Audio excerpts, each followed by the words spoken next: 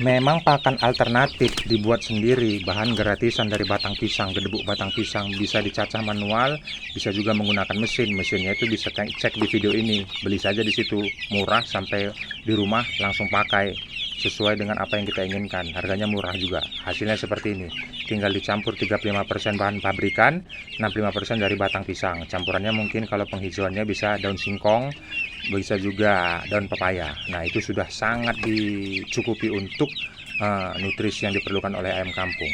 Semangat terus sobat ternak, semoga sukses. Nah, ini sebentar aja ludes nih.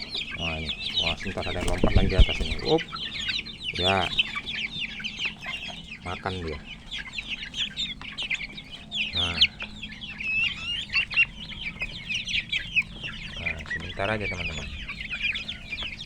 Pakan gratisan ya, 65% pakan gratisan. Bebas mau batang pisangnya yang sudah berbuah atau sudah belum berbuah, tebas saja teman-teman. Nah, kasih makan tuh ayam. Nah, habis.